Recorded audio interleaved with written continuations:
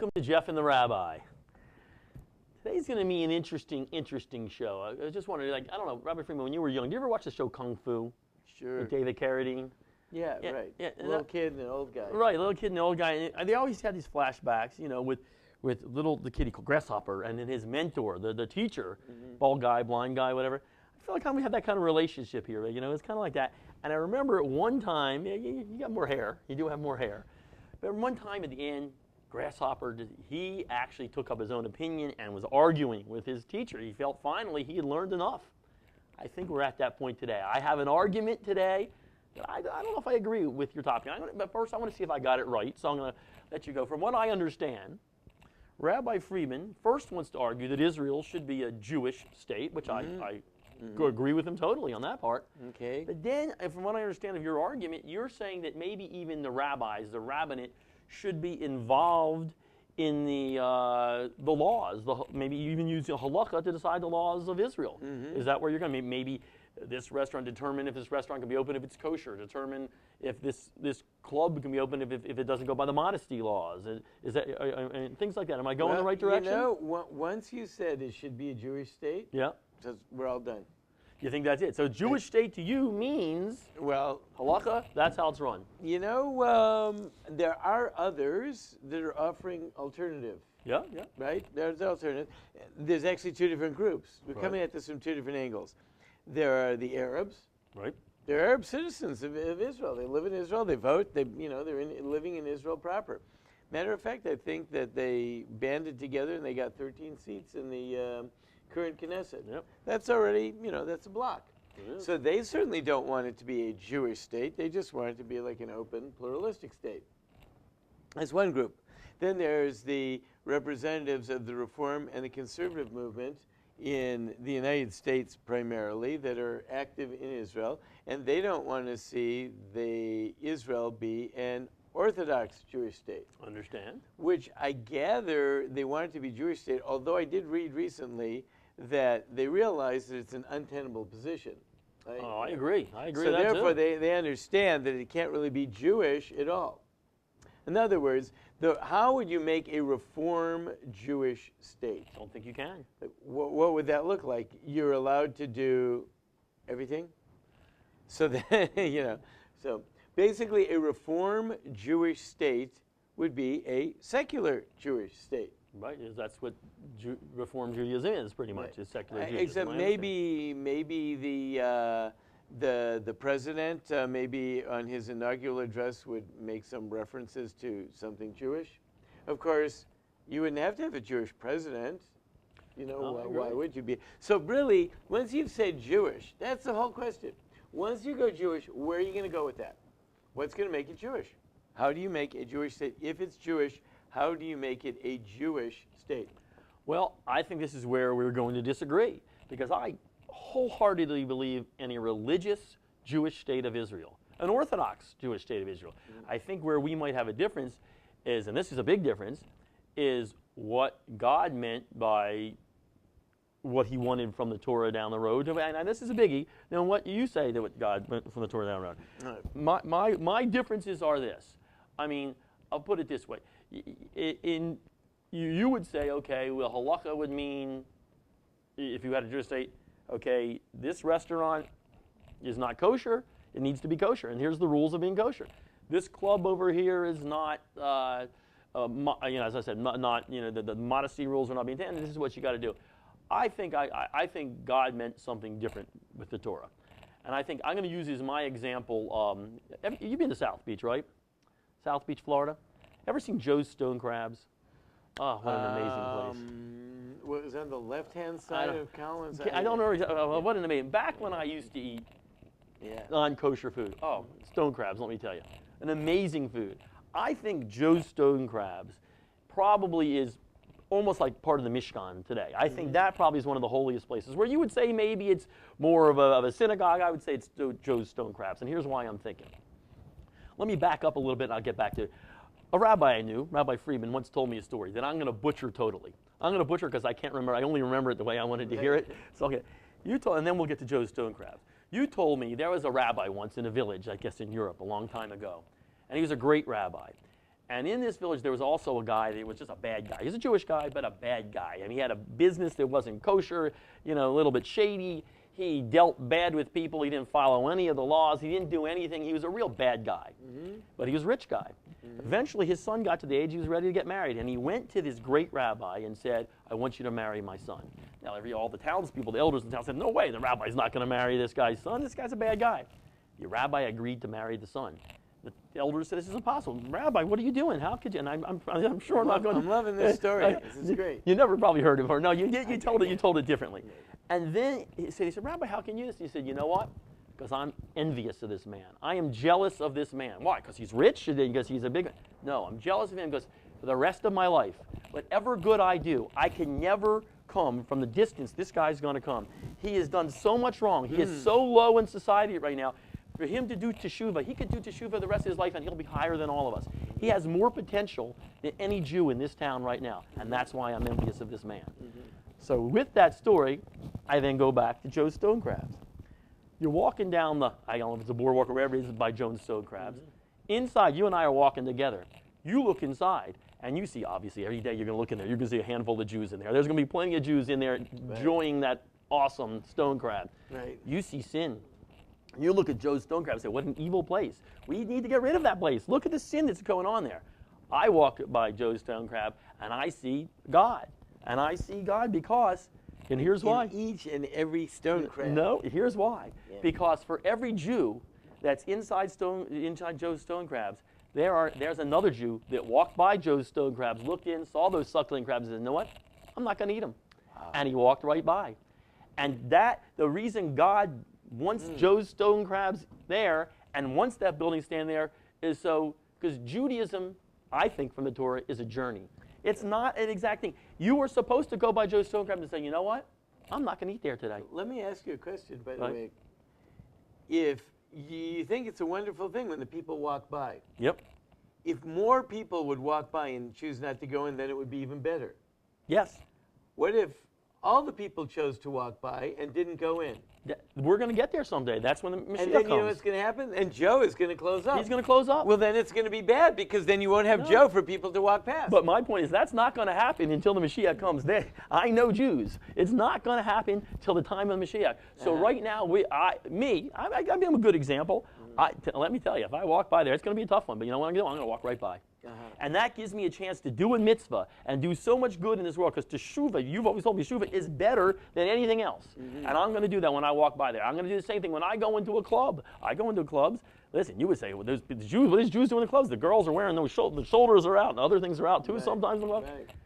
You have more chance of doing mitzvah in that club than you do by not partaking in bad things. Judaism is a journey. It's a climb. We're not supposed to be in the desert. We learned that with the spies. We're supposed to be living in the real world, in the secular world, and we are supposed to be a light upon the nations. And if you're not allowing us to go in and teach and learn to these other people, this is what you're supposed to do, then Judaism doesn't have a purpose. So here's where I'm really coming from. Okay. And these are where the hard questions are. And this is going to be an issue because Israel is an anomaly in the world. Israel always is, the Jews always are, and when the Jews get together and make a country, it's not going to fit. Although, Theodore Herzl just thought this would be a perfect idea. We'll make a country, then we'll have a country like all the other people have a country. Right. In the end, just like the Jews don't fit into anywhere, so does the Jewish country. Doesn't fit in. With you. Okay, so I'm talking about issues like, should there be a Holocaust? Should a Holocaust Memorial Day be a national observance in Israel? Absolutely. 6 million Jews got killed in Europe, but we're a pluralistic state in the Middle East. Why should we particularly stop and observe the 6 million Jews that got killed? What about the 2 million Hutus that got killed by the Tutsis? We're a Jewish country. We should. Okay, now if we're a Jewish country, then what defines a Jewish country? So the Jewish people have always been associated with the Bible. Okay, that's the Jewish Bible. So is the Jewish Bible recognized? Does it go with the majority of Jews? Do we take off on Yom Kippur? Absolutely. Can we make Christmas a national holiday? No. No. Okay, now, let's say I'm a rabbi, and I'm supposed to serve kosher food in hotels. If I want to serve kosher, it's got to be kosher, and a rabbi has to say that it's kosher. Absolutely. Okay. What if I want to put an Xmas tree in the lobby of my hotel? What if I wanted to serve kosher food, but I also want to have topless, bottomless, middleless dancing while serving kosher food? What if the rabbi says,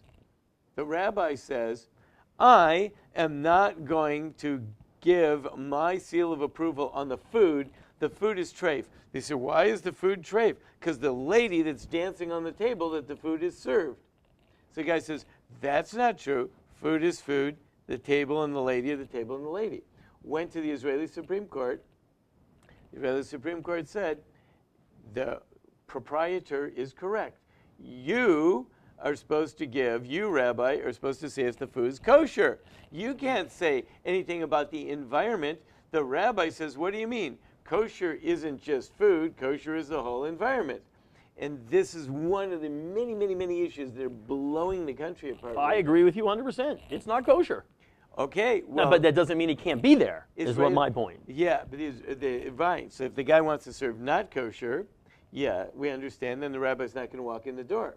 The Israeli Supreme Court said that the rabbi, if the guy wants to serve kosher and will pay for the rabbi to certify it, and he meets all the kosher requirements, the rabbi does not have the right to tell him what type of entertainment to offer with the kosher food. Kosher is kosher, food, that's a rabbi thing. After that, rabbi, be quiet and get out of it. I see. I'm with you on this one. See, these are the issues that are going on. They did they wanted to do an Xmas tree and play carols at a certain hotel, right?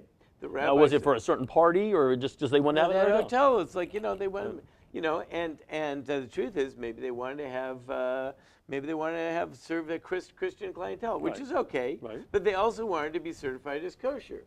The rabbi said, no, this is not kosher. This is not kosher. Well, then it's not kosher. But I think that's black and white. It's not kosher. But they said, what do you mean? The food, all the ingredients, everything, the way it was cooked, it's all 100% kosher. Doesn't just mean food. I mean, at least now. Okay, but the Israeli Supreme Court said kosher means just food. So the rabbinate said, no, kosher doesn't mean. So this is where we have an issue because the Reform and Conservative are putting a lot of money into these NGOs whose job is to try to break the Orthodox stranglehold on a lot of things. Let's say marriage. Marriage, right now, the Orthodox control marriage and divorce in the country. A lot of people, of course, don't like that. So they say, why don't you can do your marriages and divorces, but give us the right to do our marriages and divorces. No, so the rabbinate says the problem is you're going to have your kids and you're going to have your kids, and what's going to happen is if we have one standard for marriage and divorce, then everyone can marry each other.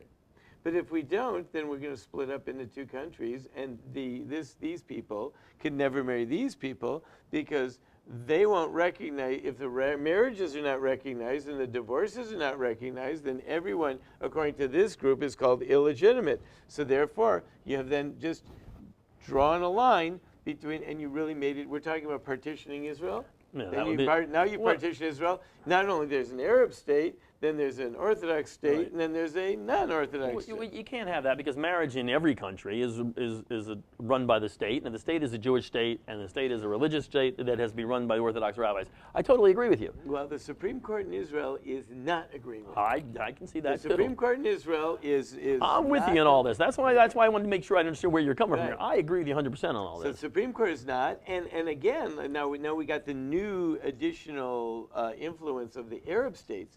And then our president... And I think you also have more George Soros money that's coming in now, too. I heard about $10 billion that's going to influence this as well. And our president, his name was... I can't even remember. Yeah, right. Hussein something, I think. So Mr. Obama has also opined that although the state was founded as a Jewish state, but it really also is a multicultural state in its character. No, it's not. Right, so that is a big problem. I'm with you here 100%, but I 100% agree. It's a Jewish state. Rabbis make the decision on marriage because that's marriage. I mean, it makes sense. But rabbis can make decisions on kosher. Rabbis can make all decisions that rabbi make the decisions on. But does that mean that, I understand marriage because that's a state-run decision, that a club in Tel Aviv can be shut down because the rabbis find it immodest. Yeah, so this is where it's getting to be tricky. This is the real problem.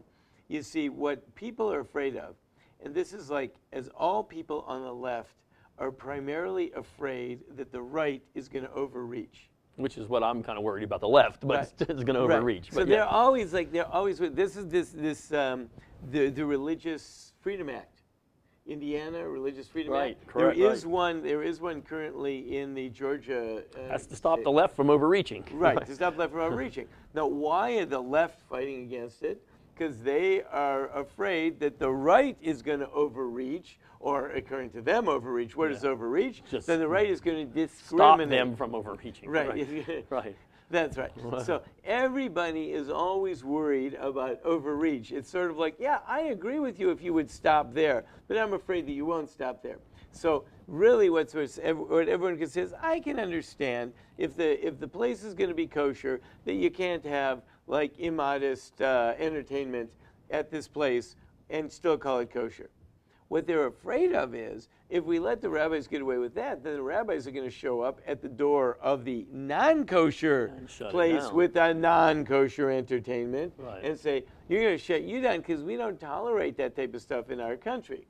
See, but I think I like things that are simple, black and white. Rabbis have the responsibility in a Jewish state. You make the laws of Judaism. The laws of Judaism, we have a Torah, it's pretty clear.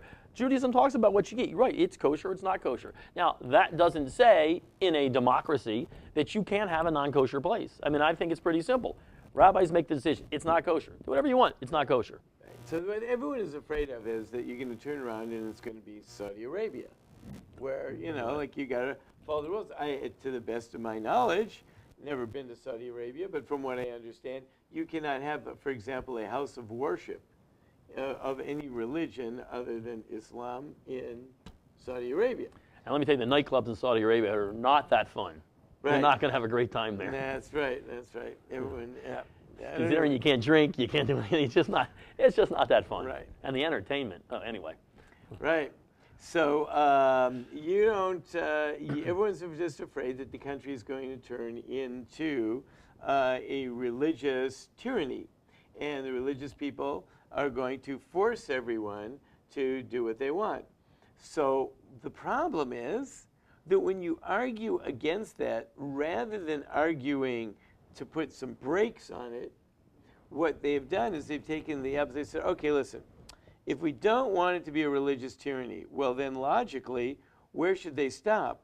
Well, logically, they shouldn't have the right to do anything. Well, that's so progressivism. logically, that's the it should definition. just be a pluralistic place. So instead of saying that we want to stop overreach, we want to stop the religious from intruding on the non-religious, they're basically taking the approach that there should be no state religion, there should be no rabbinate, their government rabbinate, you know, sponsored by the government and all that, no official religion, no official recognition of anything particularly Jewish. But the problem with that is we take America, for example. We don't have a state religion here, but the left uses the same excuse and the same thing. We don't want it. You can't have the 10 Commandments sitting outside in front of your yard. You can't put a Christmas tree and lights up in the town because that's going to offend people. Right. So I don't think this is really an argument, even though I know it is, between the different interpretation of the Torah. I think this is an argument of progressivism versus not progressivism. Yeah. I mean, and you're going to have it in every society that you have. There are people in America that will say this is a Christian country, it was founded on Christian values and so on and so forth. Then there's a whole bunch of other people that say, well, I'm not Christian and I live here and, you know, I'm a citizen here and so on. But they're saying you don't even have a right to be Christian in public. But here's the That's deal. what progressivism is. The deal, bottom line is that I don't know, perhaps if you go back to the Puritans, but the United States was not particularly founded as a place for people to come and be Christian, right? It was a place for a lot of different people to go to make a new life. It has this tradition of being open and accepting new groups all the time, and therefore it is a pluralistic society, and there's really no way you can get around it, right? Of the people, for the people, of the people, by the people, and all that. Right, okay. You're right. Israel was founded because a particular event happened in history. It was founded by a particular group of people who wanted a Jewish Homeland. It was founded to be a Jewish homeland, and particularly be in light of the fact that the world didn't seem to be too comfortable having Jews around. It was founded as the country to be a Jewish homeland. It was chosen because historically that's the place of the last Jewish homeland that is anywhere recorded in history. So this is going to be the place of the new Jewish homeland. Right. So once Israel has been designated as a Jewish homeland, it is not a pluralistic society. I agree. Therefore, in my mind, advantage goes to those people that want to define the state as Jewish. Now, what do we do about people that don't observe and don't go along with it? That is a big challenge that needs to be worked out. How much room can you offer for people to do their own thing? Well, I think you kind of said it. You have breaks, and you have breaks in the state. Clearly, Israel should be a Jewish state. Clearly, the Jewish decision, which may be by the religious rabbis, that's what it should be. But it doesn't mean that if you go to Tel Aviv, that you cannot allow, that you should stop people from not acting Jewishly. They're still Jewish. It's still Jewish. Now, listen, they got to get married under Jewish law. They got to get divorced under Jewish law, because that's something the state makes that decision. And if they want to have a kosher bar mitzvah, then they're going to have to go by the definition of a kosher bar mitzvah. But if they open up a Joe's Stone Crabs right there by that Sheraton Hotel, kind of in the corner there on Tel Aviv, I think that's a great thing. That's a great thing, because I think it's good for Jews. Doesn't mean the state should recognize it. It might be good for Jews, but of course you realize that there are a lot of problems. So Joe Cohn, who's eating crabs at Joe's Stone Crabs. Matter of fact, it's his own restaurant. Right. So Joe Cohn is enjoying crabs with Jill divorcee. Mm-hmm. And they fall in love and they want to get married. And the rabbinate in Israel says, you can't, because she's a divorcee and you're a Kohen, and Kohens can't marry divorcees. And he says, like, but I eat crabs. Like, what do I care about Kohens and divorcees? It doesn't matter to me, and I'm a citizen here, and I pay taxes and all that. You're telling me I can't marry? To which, right now, at this point, the rabbinate says, yes, you can't marry. But right now in Israel, can Joe Cohn, who is a Kohen, married this woman right now by law in Israel? No, he can't marry her. So what do? They leave the country and get married and go back? That's why God made Cyprus. Okay, that's the ticket, that direct flight to Cyprus is there. That's right. There's every day there are packed flights flying to Cyprus, and people are getting married. And once they come back. So it's an interesting thing, though. In Israel, you can't get married in a prohibited manner according to Torah. But once you are married, it's recognized. Okay, so that's a compromise that works. Yeah. So it is working. The question is, this is what in Israel they call the status quo. Right. So the Orthodox parties say we want to keep the status quo. The non-Orthodox say, no, we want to roll it back. I believe that is because the Orthodox are just growing by leaps and bounds. The population is exploding. What's happening here? The non-Orthodox are not growing, and it's questionable whether they're even holding their own or they're shrinking. So therefore, what they're afraid of is that they are going to be just overwhelmed and legislated out of existence.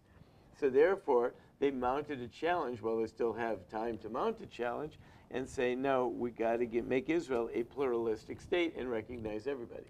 No, I think the status quo actually is working in Israel right now. As long as the rabbis and the Orthodox, when they do grow and do get more, obviously because they're growing in size continuously, don't decide to say, you know what, there's no more Joe Stowe crabs at all, and we're not going to recognize you.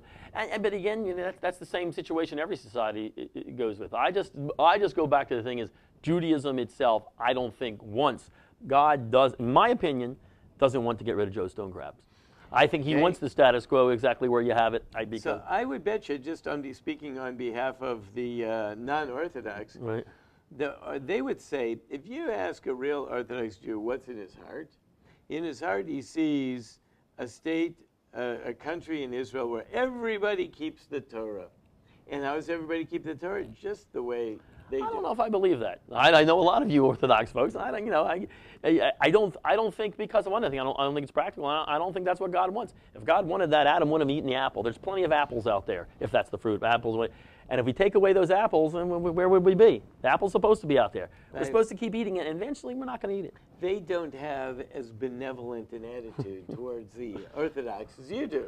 Well, because I think listen, I agree with the Orthodox view of the Torah. I mean, I agree this is the Torah, this is how we're supposed to live our lives. I know God wrote the Torah. But I still believe, and I think it's clear, listen, Jacob, look at the life of Jacob. You take the Torah itself. Jacob didn't live a completely Torah kosher life his whole life. He was going on a journey. Right. He went on a journey. He kind of cheated his brother out of some things there. He didn't love his first wife. He did a lot of things. He maybe cheated, he had a little argument with his uncle. He did a lot of things. That's what Jews are. We are supposed to, those temptations, those apples are supposed to be in front of us, and when we avoid them, we do good. The spies, look at the poor spies. They wanted to stay and just study Torah. That's all they wanted to do. Right. Well, my attitude towards all this is that if you don't want to have a particularly Jewish nature state, which acts Jewish, functions Jewish, and even observes Jewish laws, then why did you have the state of Israel in the first place? What is the purpose of having the state of Israel? To me, the state of California is preferred. Both of them don't have any water, Right. And they just fit, right? So why not California? Why particularly the neighborhood is much better over there in California? Nice. Why Taxes are a little Israel? high, Why do you want to have Israel? What is the particular reason for it? To have another secular state in the world, particularly in such a bad neighborhood? No, I agree with you 100%. I mean, I agree. That's what Israel is, a Jewish state. But the thing is, I don't think any Jew is ever expected any two Jews to agree anyway. So I think that's the whole point. Jews are supposed to argue, and as long as we come to that compromise solution, and there's just going to be a point where the Orthodox rabbis are going to, by a majority, take control of the Orthodox people. But you know what? Jews are always going to argue. No two rabbis are going to agree either. So I think we'll be okay there. There's some real serious stuff going on right now. There's issues in front of the Israeli Supreme Court. There is money pouring in That's a big issue. to try to pull it in one direction or the other. And it's serious stuff. And there's legislation going on, and there's legal challenges all over the place. It's a real hot issue right now. And then what happens when the Muslims, like I said, you got these 13 Muslim seats in the Knesset.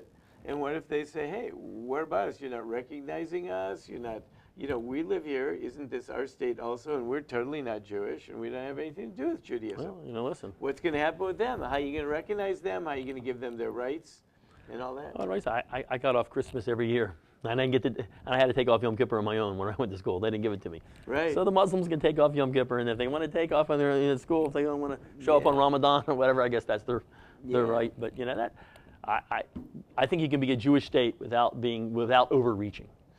Okay, well, I think a lot of people don't think that, and that's why they're fighting it.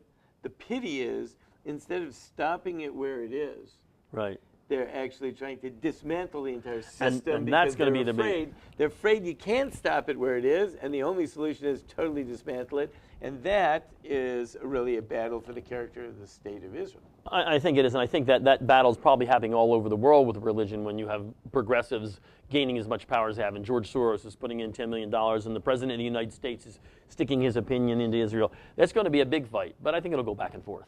I think next thing they'll get a different president over here, which will encourage over there. Eventually, you'll see a lot of the secularists complaining that, listen, we can't get a foothold here because it's going the other way. Right. Well, what the many Orthodox people are saying, are trying to explain to Israel is, why would you want to bring over the Reform and the Conservative, which largely don't exist in Israel? Right. I mean, let's first look at the track record in America. Oh, I agree with you here. How have you done? How's it been going for you here? What have you done for Judaism? Now, why would you want to import it over there? Don't think you should. I think Judaism is Judaism. Right. I think that's what it is. But just our view on Judaism is a little different. That's right. I think you got to give me a chance to grow. Right. That's all I'm saying. Well, I think it's a good argument that can continue on, and probably will continue on. right. All right, great. Well, next week we'll see you back with a different discussion. Next week, Passover. Oh, it is Passover. Passover next week. What? I thought we don't celebrate that anymore. You told me no. Why did you know? Are you still celebrating that one? Yeah, we're Okay, still doing that one. Okay, we still got that. Still doing that one. Even in Israel, they do. Okay, it. still do that one. Okay, just one less day. All right, so we'll be back the week after that. Right. All right.